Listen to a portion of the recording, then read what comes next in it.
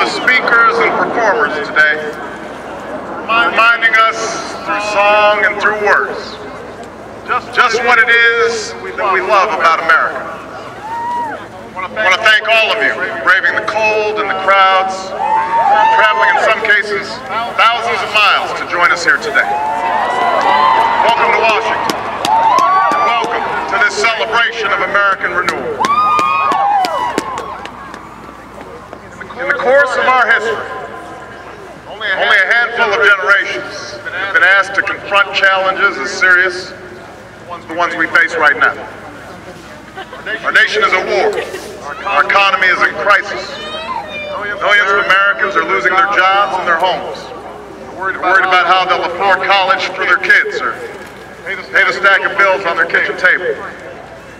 Most of all, they're anxious and uncertain about the future, about whether this generation of Americans will be able to pass on what's best about this country to our children and their children. I won't pretend that meeting any one of these challenges will be easy. It will take more than a month or a year. It will likely take many. Along the way, there will be setbacks and false starts, days that test our resolve as a nation. But despite all this, despite the enormity of the task that lies ahead, I stand here today as hopeful as ever that the United States of America will endure, that it will prevail, that the dream of our founders will live on in our time.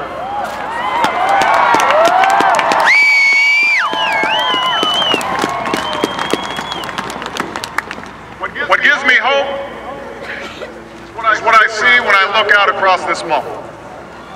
From these monuments are chiseled those unlikely stories that affirm our unyielding faith. Faith that anything is possible in America.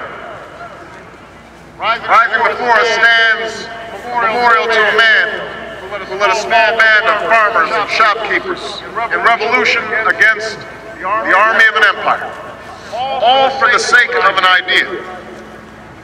On the ground below is a tribute to a generation that withstood war and depression. Men and women like my grandparents who toiled on bomber assembly lines and marched across Europe to free the world from tyranny's grasp. Directly in front of us is a pool that still reflects the dream of a king, the glory of a people who marched and bled so that their children might be judged by their character's content. Behind me, watching over the Union he saved, sits the man who in so many ways made this day possible. And yet, as I stand here today, what gives me the greatest hope of all is not the stone and marble that surrounds us, but what fills the spaces in between. It is you, Americans of every race and region and station, who came here because you believe in what this country can be and because you want to help us get there. The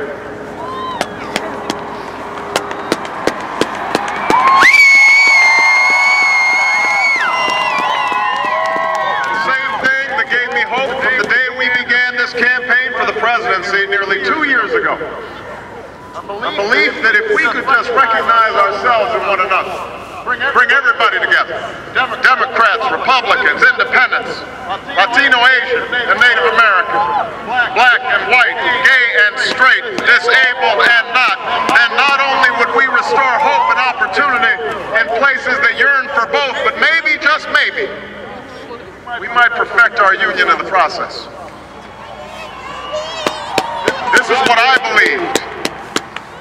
But you made this belief real. You proved once more that people who love this country can change it. And as I prepare to assume the presidency, yours are the voices I will take with me every day when I walk into that Oval Office. The voices of men and women who have different stories, but hold common hopes. Who ask only for what was promised us as Americans, that we might make of our lives what we will, and see our children climb higher than we did. It is this thread that binds us together in common effort, that runs through every memorial on this mall, that connects us to all those who struggled and sacrificed and stood here before. It is how this nation has overcome the greatest differences and the longest odds, because there is no obstacle that can stand in the way of millions of voices calling for change. That is the belief with which we began this campaign, and that is how we will overcome what ails us now. There is no doubt that our road will be long, that our climb will be steep, but never forget that the true character of our nation is revealed not during times of comfort and ease, but by the right we do when the moment is hard. I ask you to help reveal that character once more. And together, we can carry forward as one nation and one people the legacy of our forefathers that we celebrate today. Thank you, America.